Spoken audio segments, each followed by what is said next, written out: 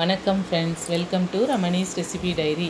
இன்றைக்கி நாம் மணத்தக்காளி கீரை சட்னி செய்கிறது எப்படின்னு பார்க்கலாம். முதல்ல அடுப்பு பற்ற வச்சு வானல் வச்சுக்கலாங்க.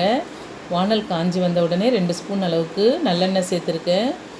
நல்லெண்ணெய் காஞ்சி வந்த உடனே 1 ஸ்பூன் அளவுக்கு மல்லி விதையும் 1/2 ஸ்பூன் அளவுக்கு ஜீரகமும் சேர்த்து லைட்டாக வதக்கி விட்டுக்கலாம். இது வதங்கி வரும்போதே 8 பச்சை மிளகாய் 2ஆக கட் பண்ணி சேர்த்துருக்கேங்க. நாம் நீல வாக்குலேயும் லைட்டாக கீரல் விட்டும் சேர்த்துக்கலாம். முழுசாக அப்படியே பச்சை மிளகாய் சேர்க்க வேண்டாம், வெடித்து வந்துடும். நம்ம காரத்துக்கு தகுந்த அளவு பச்சை மிளகாய் சேர்த்துக்கலாங்க. வெங்காயம், பெரிய வெங்காயம் 2 கட் பண்ணி சேர்த்துருக்கேன். இந்த டிஷ் செய்யும்போது வெங்காயம் கொஞ்சம் கூட சேர்த்தா டேஸ்ட் நல்லா வருங்க. கூடவே ஒரு முழு பூண்டு தோல் நீக்கி சேர்த்து வதக்கி விட்டுக்கலாங்க. நாம் உணவில் அதிகமாக மணத்தக்காளி கீரையை சேர்த்துக்கலாம். ஆரோக்கியமானதும் கூடங்க. வயிற்றுப்புண், வாய்ப்புண் இந்த மணத்தக்காளி கீரை அதிகமாக எடுத்துக்கிறதுனால சீக்கிரமாக குணமடையும்.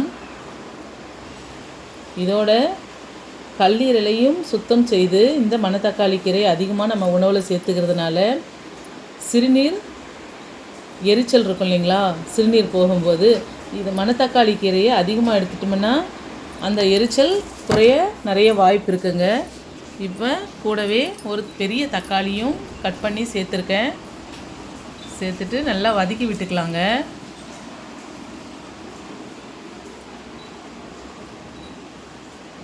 நல்லா வதங்கும் போதே நான் ஒரு கட்டளவுக்கு கீரையை நல்ல தண்ணியில் நல்லா அலசி சுத்தம் செய்து எடுத்து வச்சுருக்கேங்க. ஒரு 1/4 ஸ்பூன் அளவுக்கு மஞ்சள் பொடியும் சேர்த்து வதக்கி விட்டுக்கலாம்.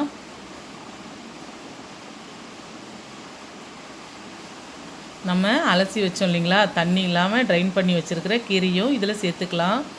சேர்த்துட்டு நல்லா வதக்கி விட்டுக்கலாம். நல்லா வதங்கி வரணுங்க.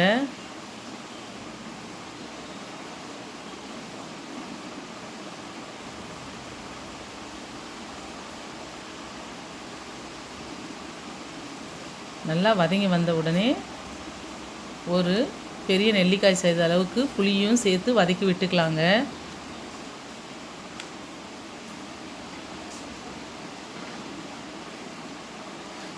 இந்த மாதிரி இந்த சட்னி செய்கிறதுனால இது லைட்டாக இந்த கீரை கசக்கும்னு சொல்லுவாங்க. ஆனால் இந்த கசக்கும் தன்மையும் இந்த மெத்தடில் சட்னி செய்து பார்த்திங்கன்னா அந்த அளவுக்கு கசப்பு தன்மையும் இருக்காதுங்க.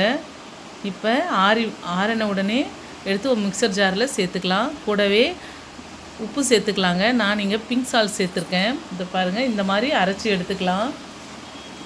இப்போ ஒரு வானல் வச்சு நல்லெண்ணெய் 1 ஸ்பூன் அளவுக்கு சேர்த்து கடுகு 1/4 ஸ்பூன் அளவுக்கு, ஜீரகமும் 1/4 ஸ்பூன் அளவுக்கு சேர்த்து 2 வரமிளகாவும் சேர்த்துருக்கேன். கடுகு நல்லா பொரிஞ்சு வந்த உடனே நாம் இந்த தாளிப்பை சட்னியில் சேர்த்துக்கலாங்க.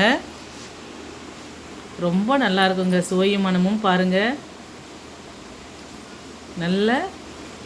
நல்ல கலரில் ரொம்ப அருமையாக இருக்குங்க. நீங்கள் வீட்டில் ட்ரை பண்ணி பாருங்கள். ஆரோக்கியமானதும் கூட.